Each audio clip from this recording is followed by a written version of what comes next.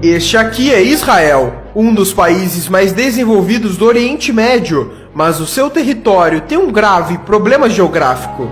Começando pelas suas fronteiras, o país é totalmente cercado por nações que já o atacaram no passado, sendo o Egito na fronteira sul, a Jordânia no leste e ao norte o Líbano e a Síria. Além disso, existem países declaradamente inimigos de Israel, como o Irã, que mesmo não fazendo fronteira já ameaçou o país diversas vezes, além da Arábia Saudita, Iraque, Argélia, Líbia, Kuwait e o Sudão, que também já foram inimigos do país.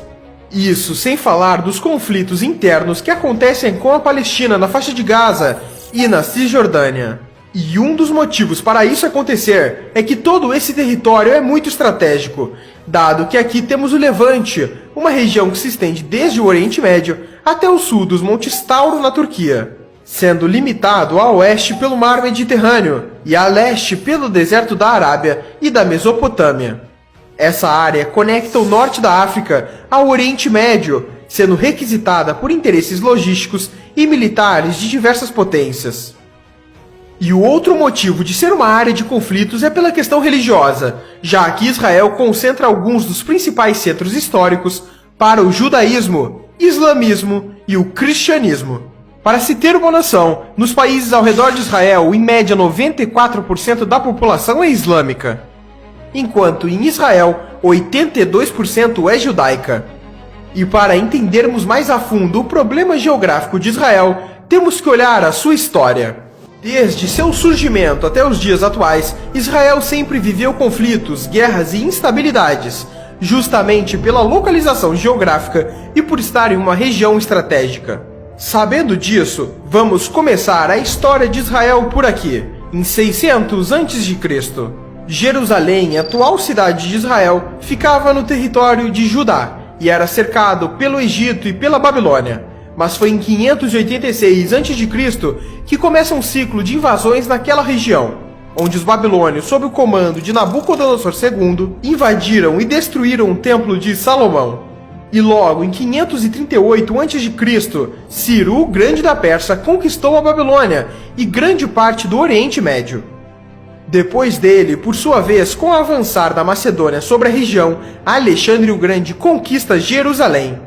E esse ciclo continua, com a atual região de Israel sendo dominada por Roma e outras diversas potências estrangeiras, com destaque para os reinos europeus durante as Cruzadas, que tiveram motivos principalmente religiosos e demarcaram a disputa entre cristãos e muçulmanos, que ocorre até hoje. Mas foi só em 1948, com a saída dos britânicos, que Israel proclamou sua independência. Mas ao fazer isso, países árabes como o Egito, Jordânia, Síria, Líbano e Iraque não poderiam ver um Estado judeu no Oriente Médio e invadiram o país por todas as suas fronteiras, começando assim a Guerra Árabe-Israelense.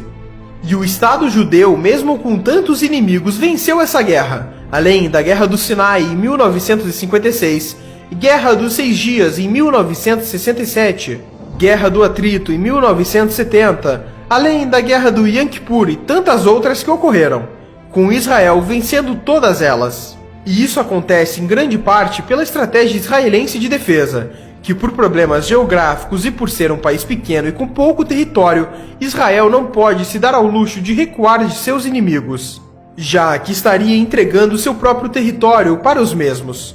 Basicamente, a estratégia se dá da seguinte maneira: a primeira etapa é avançar sobre território inimigo, no momento que eles menos esperam, e depois, enquanto uma linha avança diretamente em direção ao inimigo de forma rápida, uma ou mais linhas de ataque se dão pelas extremidades de forma a avançar mais rápido ainda, cercando o inimigo e não o deixando penetrar em seu território.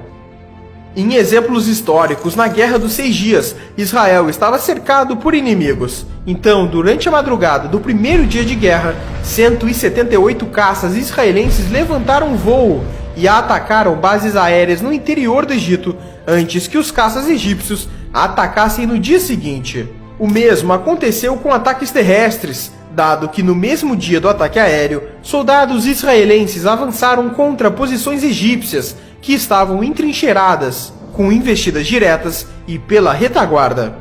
O montante dessas guerras e conflitos mostra a instabilidade na região e que hoje, mesmo tendo um decreto de paz entre Israel e países árabes, o país tem que sempre investir na sua defesa, tanto que as forças armadas de Israel são a 20ª maior do mundo. E da sua população de 9 milhões de habitantes, 600 mil são militares.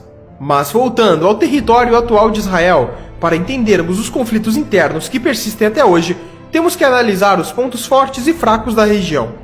Diferente de países como os Estados Unidos, que possuem ótimas barreiras naturais e poucas fronteiras, Israel sofre nesse sentido, pois tem 3 barreiras naturais problemáticas.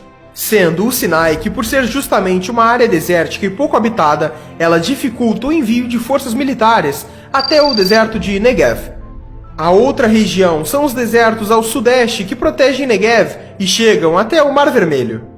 E por fim, o deserto que começa por volta de 40 quilômetros ao leste do Rio Jordão, que protege das possíveis ameaças vindas da Jordânia. Mas essa região em específico só funciona se Israel mantiver o controle da Cisjordânia, uma região de maioria palestina, o que é um problema para o país. E talvez esse seja o maior problema geográfico de Israel, os conflitos com a Palestina. Basicamente, a Palestina é um território dividido em 2 partes, sem ligação por terra, a Cisjordânia e Gaza. E dentro desses territórios temos regiões sob controle civil palestino e regiões controladas por Israel, conhecidas como assentamentos, que são como bairros protegidos por cercas e pelas forças israelenses. A proteção dessas regiões se dá basicamente porque a construção delas começou durante a Guerra dos 6 Dias contra os árabes, e as forças israelenses se estabeleceram nos territórios, e os conflitos entre israelenses e palestinos se intensificaram ao longo dos anos.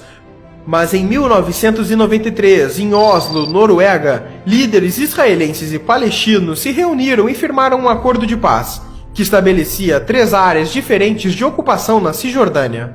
A primeira delas é a Área A, que seria administrada pelas autoridades palestinas.